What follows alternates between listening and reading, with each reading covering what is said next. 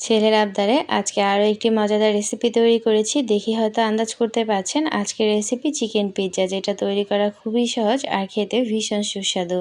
একদম রেস্টুরেন্টের স্বাদকে হার মানিয়ে দিবে। চলুন তাহলে ঝটপট রেসিপিটি দেখে নেই। আসসালামু আলাইকুম, হাই এভরিওয়ান, কেমন আছেন সকলে? আল্লাহর অশেষ রহমতে আমি বেশ ভালো আছি, আলহামদুলিল্লাহ। আজকে আমি চিকেন পিৎজা তৈরি করব, সেজন্য প্রথমে ডোটা মাখিয়ে নিচ্ছি।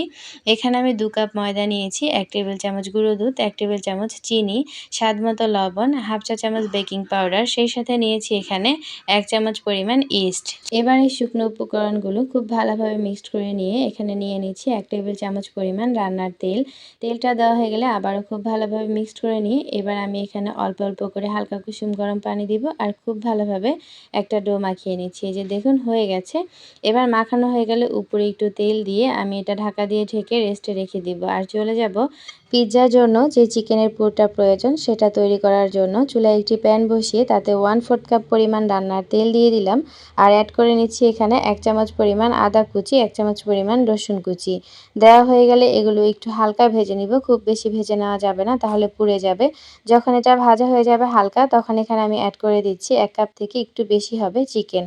আমি একটু বড় বড় টুকরো করে কেটে নিয়েছি। আপনারা চাইলে কিন্তু এখানে চিকেনের কিমাটাও ব্যবহার করতে পারেন। চিকেনটা দেওয়া হয়ে গেলে এই রসুন আদার সাথে খুব ভালোভাবে কিছুক্ষণ ভেজে নিব। ভেজে নেওয়া হয়ে গেলে এখানে অ্যাড করে দিচ্ছি স্বাদমতো লবণ, সেই সাথে অ্যাড করে দিচ্ছি পেঁয়াজ কুচি 1 কাপ থেকে একটু কম হবে, সেই সাথে অ্যাড করে দিচ্ছি এখানে চিলি ফ্লেক্স হাফ চা চামচ, সেই সাথে অ্যাড করে দিচ্ছি গোলমরিচের গুঁড়ি হাফ চা চামচ, সেই সাথে এখানে দিয়ে দিচ্ছি 1 চা চামচ পরিমাণ অরগ্যানো। এটা যদি আপনার বাসায় না থাকে তাহলে এটা না দিলেও চলবে, তবে রেস্টুরেন্টের স্বাদ আনতে গেলে অবশ্যই দিতে হবে। এগুলো একটু ভাজা হয়ে গেলে অ্যাড করে দিচ্ছি ক্যাপসিকাম কুচি, সেই সাথে দিয়ে দিচ্ছি টমেটো কুচি। আমি একটু লম্বাটে করে কেটে এখানে অ্যাড করে দিয়েছি।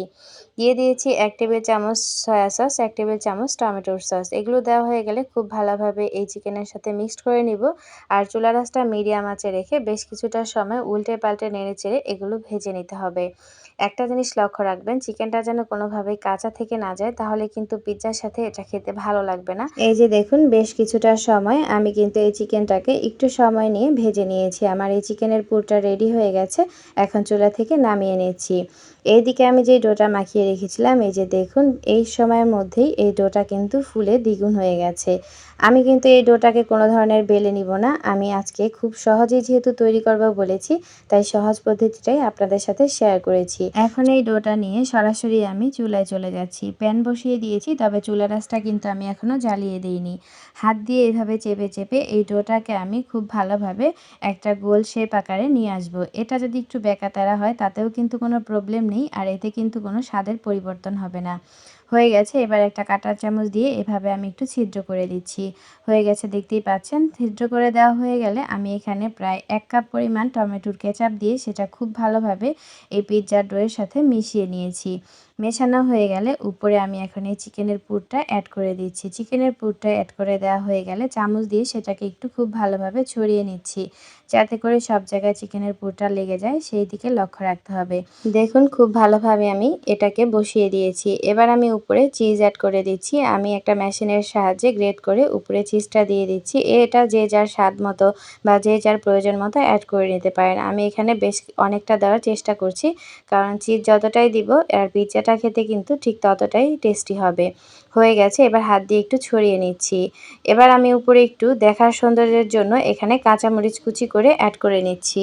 অ্যাড করে নেওয়া হয়ে গেছে। এবার ঢাকা দিয়ে ঢেকে আমি চুলার আঁচটা একদম মিডিয়াম আঁচে দিয়ে জাল করে নিব 15 মিনিট। এর মধ্যে আমার পিৎজাটা কিন্তু একদম পারফেক্টভাবে রেডি হয়ে গেছে। স্ক্রিনে দেখে হয়তো আপনারা কিছুটা হলেও আন্দাজ করতে পারছেন। এই যে দেখুন একা একাই পিৎজাটা রুটির কড়াই থেকে কিন্তু আলাদা হয়ে যাচ্ছে। আমি এবার একটা প্লেটে এটা নিয়ে নিচ্ছি আর দেখিয়ে দিব আপনাদেরকে রুটির তাওয়াতে কিন্তু একটুও লেগে যায়নি।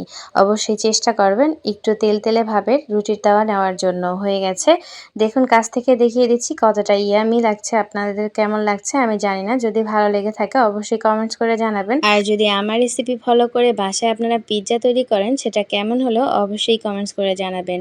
আমি একটু ছুরির সাহায্যে এই পিৎজাটাকে টুকরো করে কেটে নিলাম।